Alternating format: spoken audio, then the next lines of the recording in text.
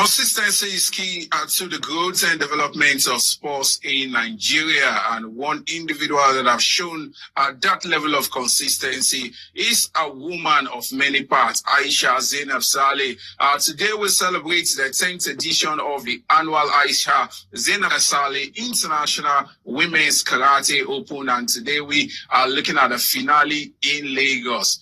She joins us live on the show at this time, and I must say it is a pleasure to have you join us on Sportsville this afternoon. Okay, you're most welcome. Nice to be here with you. Yes, the widely talked about Karate Open, you started in 2014, and now we are here in 2024. It keeps working stronger, keeps going. Talk to Nigerians, take us through the whole process, how it started, and where we are at this time. It's so interesting when people ask me this question, and I like to go back a little bit. You know, I've been technical director for the Lagos State Karate Association, and I remember that when we first started in 2014 and we were trying to design the programs for karate, one of the things that came up was to have a solely female event.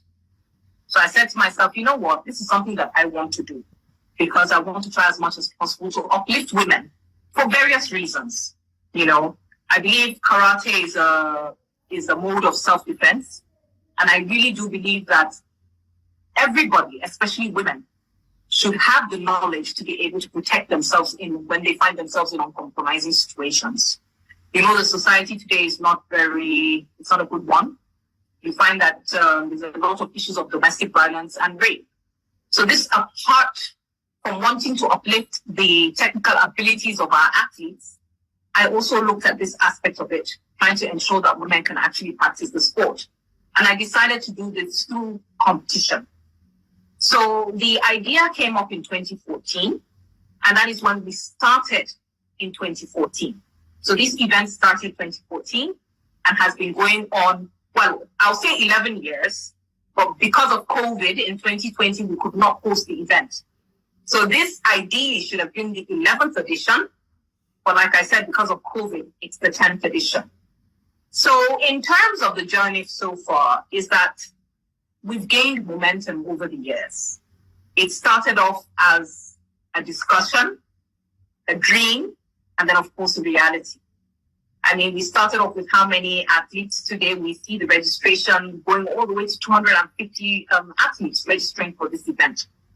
So no way, no how, it's not making an impact. So what's actually happening is, as you're seeing the athletes coming out for this event, you're also seeing the referees coming out from the event, and of course the coaches that are copying their athletes.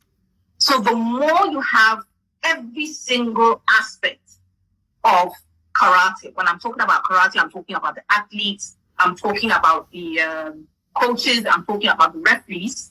As they come out, they learn more, they understand more, they understand the competition rules more. So you will continue to see a consistent rise in the technical abilities of everybody. So irrespective of who you are, whether you're an athlete, a coach, or a referee, we're noticing remarkable, progress in terms of everybody's capability under where they are. So yes, I can say that I've seen remarkable progress, and I'm really grateful for that. Yes, 10 years, interesting, a decade. This is no mean feat at all.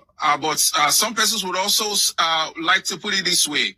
Where do we go from here? And talk to us about the level of support and recognition this event has gotten over the years from the International Federation. In terms of recognition internationally, the World Karate Federation and the African Karate Federation are very aware of what I'm doing. Whether it's going to become an event that they may want to involve themselves in is a different thing altogether. For me, I would love to say and to hear and to know that the World Karate Federation can say to me that, look, this is a very good and laudable activity that you've been doing over the years. We've been watching and we want to support. So it's better to have the support than for them to say that they want to take over completely in terms of, saying that they want to, maybe run it as theirs. Yes, when I say support, no matter how we want to look at it, we still have to follow the guideline of the World Karate Federation when we're running these types of events, because we are affiliated to them. So as you see this event, it is following World Karate Federation guidelines. So what I'm just trying to say is that it would be good for them to have more involvement and say, look, we want to be a part of this. Maybe not take it away completely in terms of the name, but yes, we want to, involve ourselves a little bit more. We want to take it onto the world level. That would be my dream if that can eventually happen. Yes, before we let you go, it's no news. Sports does not get plenty of funding in Nigeria, especially when it is not football. How have you been able to sustain this initiative for a decade? Talk to us on the level of support you've gotten from individuals, the private organization, in keeping this alive for a decade. Well, the truth of the matter is that I've been the one solely sponsoring this event for quite a long time. And apart from myself, I've always reached out to my family and friends who have always been extremely supportive. Once they know that my event is coming up, the next thing you think, they'll donate this amount of money, they contribute this amount of money, and nothing is ever too small. So I can never be any more grateful to my family and friends for being able to support me all these years. That is what really has been happening. Now, in terms of sponsorship, we've not really done well in terms of that. And I don't know what to say. I don't know why it's such a problem for other sports in Nigeria, if we're not football, to get sponsorship from people. Last year, I tried, I've tried in many ways to be able to put the word out there, letting people know that we really need sponsorship for this event.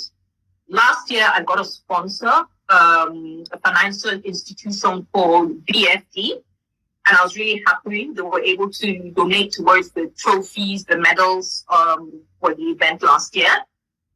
This year, I was able to get a bank, Afrexim Bank, who was able to, sponsor a little bit towards the championship.